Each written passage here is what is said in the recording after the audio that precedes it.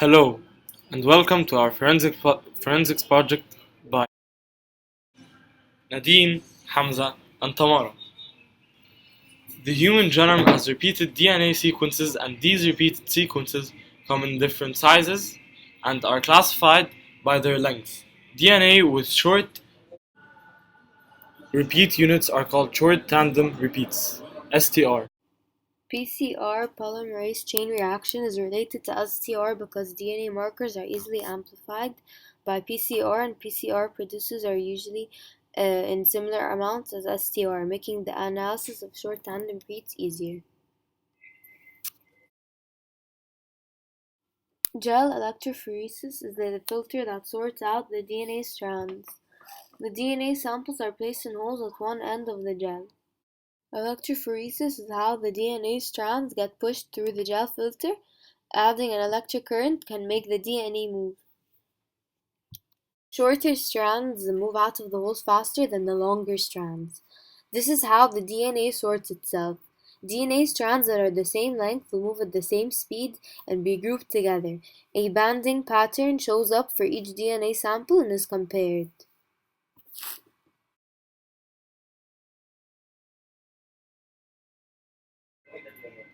Ronald Williamson and Dennis Fritz were convicted for a murder they had not committed and spent 11 years in jail for it.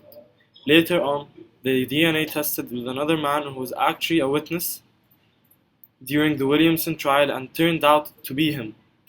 They were not charged until 5 years. Ronald Williamson and Dennis Carter were convicted of the murder of Deborah Carter. Some of the contributing factors that led Ronald Williamson and Dennis Fritz to be wrongly accused were false confessions, false and misleading forensic evidence, and false accusations.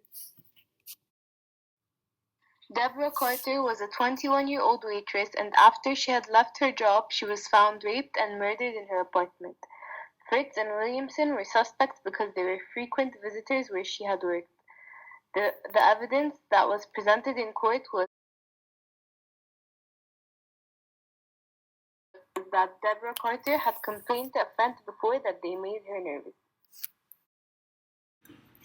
DNA tests revealed that many of the evidence that were matched to Williamson and Fritz didn't actually belong to them. Forensic science used in the exoneration revealed that the spermatozoa found in the victim was not deposited by Williamson. Also, many of the hairs labeled as matched didn't actually belong to him.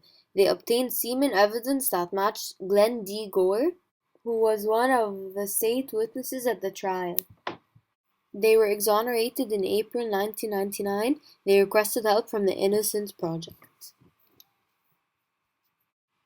CODIS. CODIS was created in 1994 by the Federal Bureau of Investigation, the FBI, and fully became functional in 1998.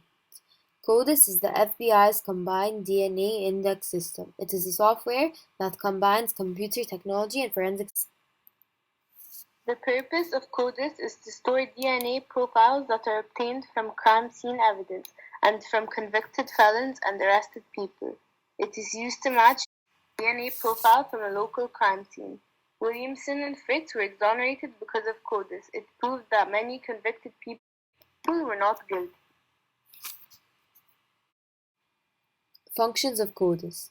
The functions of CODIS is to assist the FBI in solving cold cases.